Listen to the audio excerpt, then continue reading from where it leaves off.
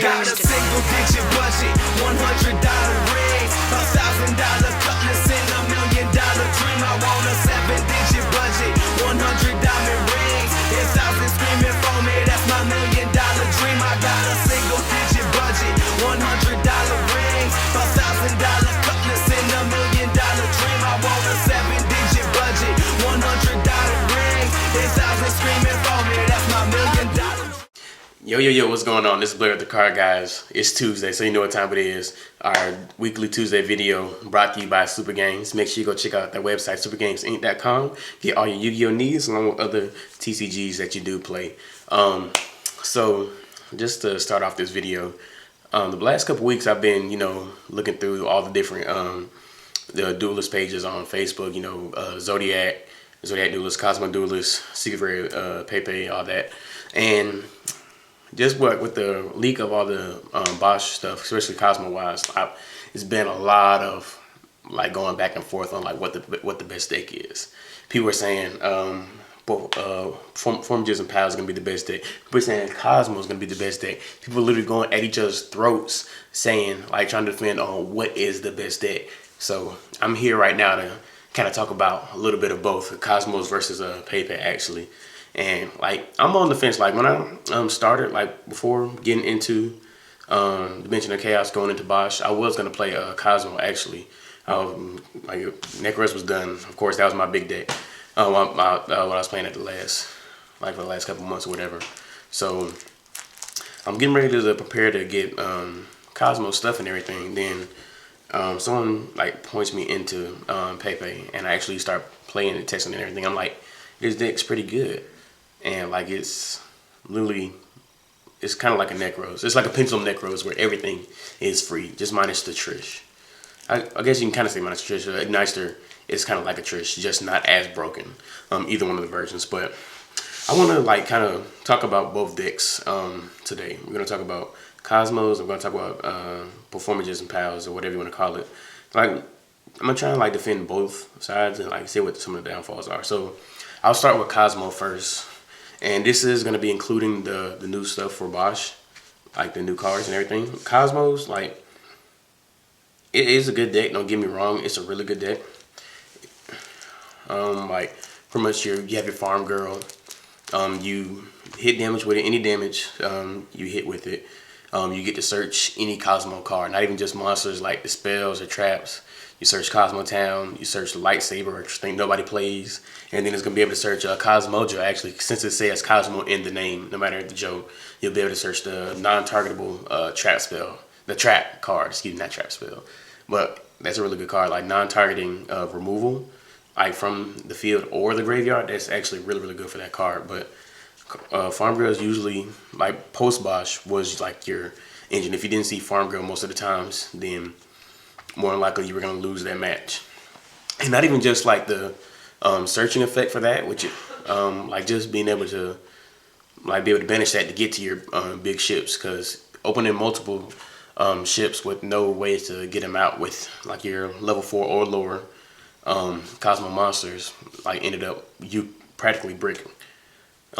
Even with Cosmo Town in there, you shuffle your ships back, you have a chance to get more stuff, get your level 4 lowers, get your spell traps that you're playing in there as well. But you also run the risk of drawing more ships, which kind of doesn't it literally got you nowhere. You started back in the same position. You just took a step forward, then you just took another step back and started right where you were, or ended up right where you were.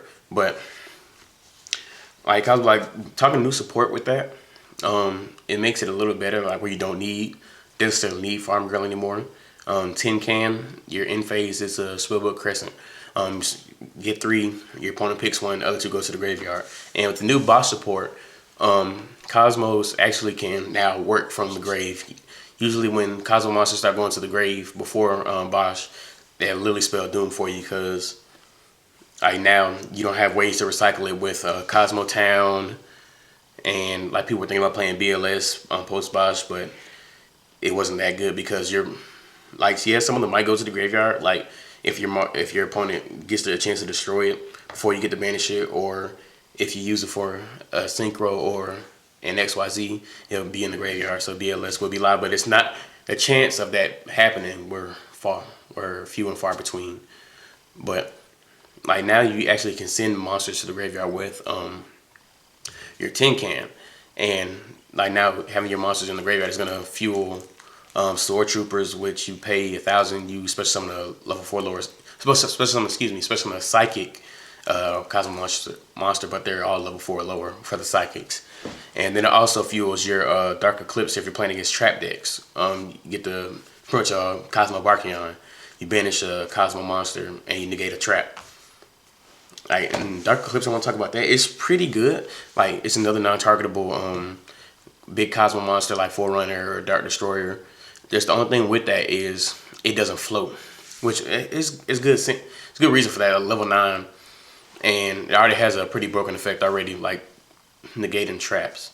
But like when that gets destroyed, you banish it still, but you get to search your level 8 or lower. Pretty much you search any Cosmo monster in the deck, which is not bad. It's just the fact that it doesn't float.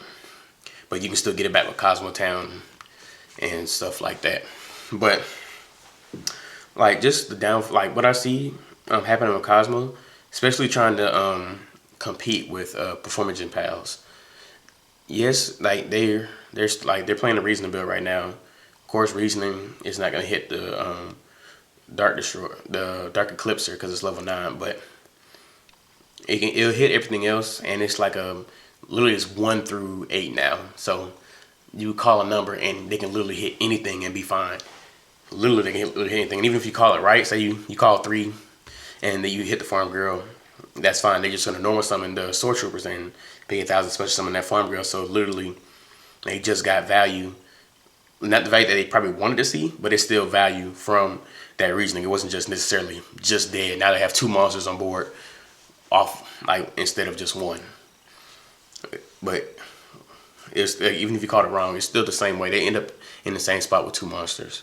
But like the Reasoning build, like for them to really be able to compete with Performances and Pals, they have to start playing like other stuff. Like people have been talking about doing the hand trap build, like with Max C's and Veilers or Ghost Ogres or whatever, to like get value off of e-tailing. That's fine and all, but if you play the hand trap build, you can't play the Reasoning build at all, because now you run the risk of hitting hand traps. So if you start, like they call 4, and now you hit they hit a Max C off of the Reasoning. Now there's a dead Max C that you're not gonna be able to use, and now it's gonna be on the field or whatever. On the field probably doesn't matter. Of course you're gonna summon in defense position and maybe tribute it off for a Slip Rider or some crap like that or whatever. But you're not getting value off of that Max C. That's if you're playing the Reasoning build. So that's why like that doesn't mesh. You have to choose like one or the other with that. But like it's the Reasoning build, of course. It's the hand trap build. And I think the hand trap build plays instant fusion as well, which is fine to get some of your stuff back. You can still banish your Cosmos, just they won't get the effect, but you can just banish them and just add them back with Cosmo Town, so that's fine still. Another build that I'm seeing people talk about playing is actually the like other stuff like trap builds, like Kaiser Coliseum builds. Like talking about maining Kaiser Coliseum, like Dark Destroyer Kaiser Coliseum. Like it's literally almost a blowout, almost a lockout. Maining Anti-Spell Fragrance, maining Grand Hunter. Like my roommate was actually maining Grand Hunter Heaven in his build, like just playing for locals, playing at Super Games or whatever. And it's fine going against Performances and Pals, but what happens if you play a deck that's not that? Now you gotta think, like, of course, going into it, majority of going into the new events, you're gonna see a lot more Performances and Pals, you're gonna see a lot more Cosmos. But what about decks that aren't that? Like, what about people that got, like, I've been seeing a lot of Heavy Inferno to play actually, and then just other rogue decks that don't operate the same way as Performance and Pals. Like people are playing Kaiju, they can just tribute your Dark Destroyer for their Kaiju, and then there's some of the Essential whatever, and just bounce it back, and now you just lost value. Like that's the thing I'm saying right now. You play, like if you play that last build, you're playing these cards to try and combat one deck, which is one deck is fine. But when you put so many like hate cards in against one deck, you start to lose value off of like what your deck is supposed to do. You're taking out pieces. You're now have the option of drawing stuff that doesn't go with your combo pieces to make the deck do what it's supposed to do. Yeah, you can open up all your hate cards, but if you say you open up hate cards and you open up ships, yeah, you have your hate cards or whatever, but how do you win the way your deck is supposed to win if you don't have the pieces you need to progress your game state? You're just gonna be sitting there with with anti-spell fragrance and no other ways to do what you're supposed to do, and you'll still ultimately lose the game. Like, you know, like, I do applaud the idea, like, to try and combat like the supposedly tier 0 deck of the next upcoming format, but you also got to take into consideration, like, you don't want to stop your deck from doing what it's supposed to do, which will make you lose in the long run anyway.